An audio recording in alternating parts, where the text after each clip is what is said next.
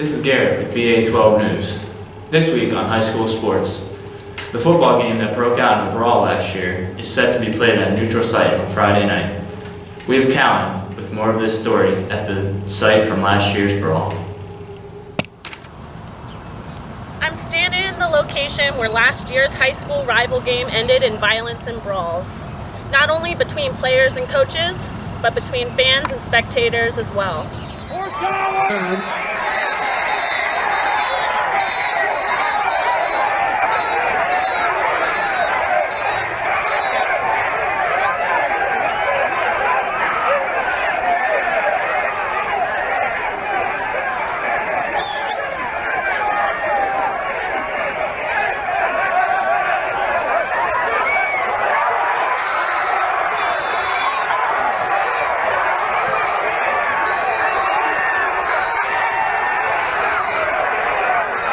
Ladies and gentlemen, please stay in your seats.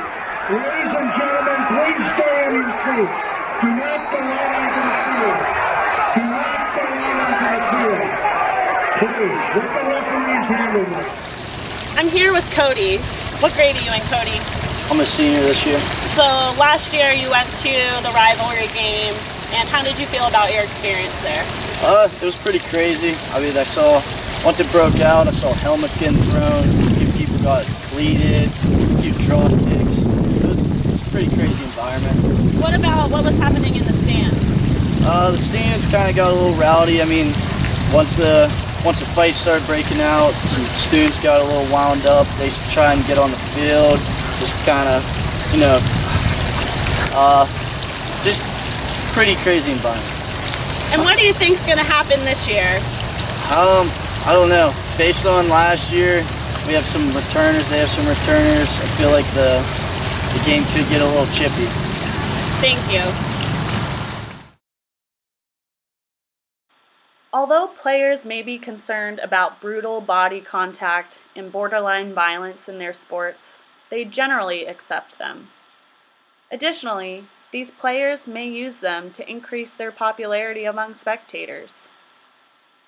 Spectators often think about sports in a paradoxical way.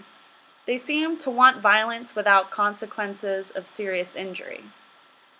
However, sport violence is real, and it causes real pain, injury, disability, and sometimes even death. Following last year's game, more than 20 athletes were injured during the brawl. One athlete is still not able to compete following last year's injury in the fight. Additionally, there were 10 documented spectator hospital visits, including one child under the age of 10. While official personnel are taking measures to get a handle on sport violence as a short-term solution, both school districts have commented on the importance of changing athlete, coaches, and spectator norms to eliminate factors leading to tension and conflict in the future of high school sports.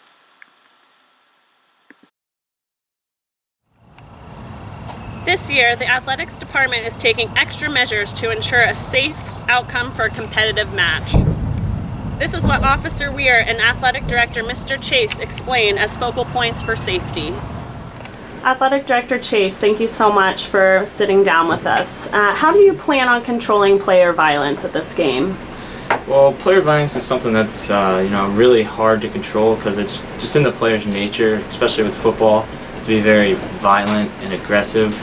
So it's kind of something long term we've been trying to work on from like the week after last year's big brawl. But we've been in contact with our coaches and the opposing team's coaches just to help encourage respectful and sportsmanlike play throughout this practice week. We're also going to have the players enter and exit through different entrances onto the field. That way the players don't come in contact as much. And we have also been in contact with the referees to be crack down more on the rules and excessive hits, and we've actually asked them to include one or two more extra referees to help notice these excessive penalties.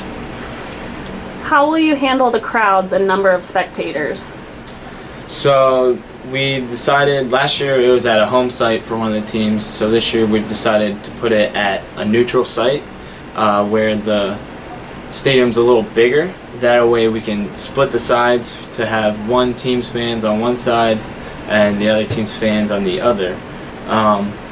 We also have implemented a no tailgating rule just so none of the fans, the older fans, have any alcohol consumption to make it a little rowdier.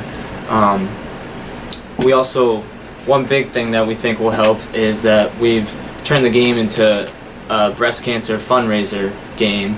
So we think this will help create unity between the two teams and their fans to help, play for a cause. Also at this venue, they have surveillance cameras, which will help with safety at the game. So if spectator violence does occur, how else do you plan on controlling that? Well, we have implemented crowd control strategies with our officers, and we've mentioned it to our coaches, and we've also kind of got them posted around the stadium just so fans know, hey, if anything breaks out, please be respectful and exit the stadium. We've coordinated extra officers for this year's game, so we'll have extra officers standing on the sideline so no one storms the field, and then we also have officers standing at each end of the fans' sections. That way, if any other fans from the other team try to come in their section, they will have them immediately turn around and go to their section. My name is Officer Weir. I'll be one of the police officers working the game. During the large sporting events, our objectives are to do the following. First, maintain control of the crowd, prevent violence and crime, and third, maintain a safe environment for all of the patrons attending the event. This can be achieved by doing the following. 1. Having a sufficient number of officers and staff members on site.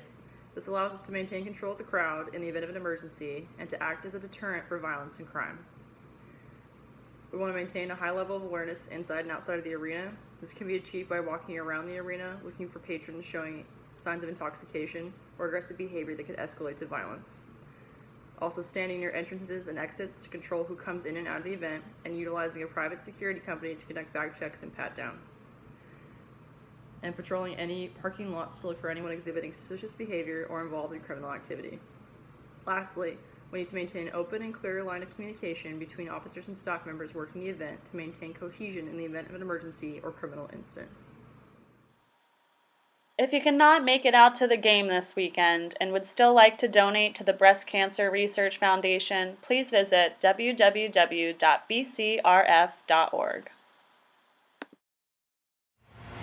As you can see, there are many additional safety measures being put into place for this year's game. Let's hope this leads to a more sportsmanlike outcome. This is Callan with BA 12 News. Back to you, Garrett. Thanks, Callan. Let's hope for a sportsmanlike outcome from all involved at this year's game. That's all tonight at BA 12 News.